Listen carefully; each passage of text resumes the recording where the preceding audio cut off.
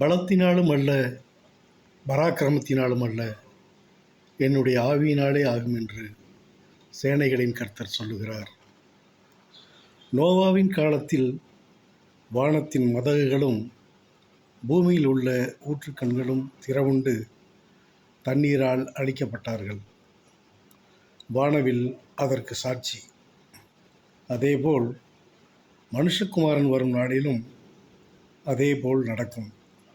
ஆனால் நீரால் அல்ல, நெருப்பால்.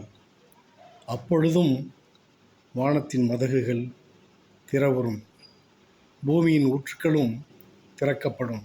ஆனால் சூரிய புயலும் எரிமலை குழம்புகளும்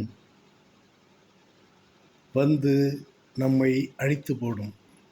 அதற்கு சாட்சி தற்பொழுது சூரியனில் ஏற்பட்டுள்ள வெடிப்பு.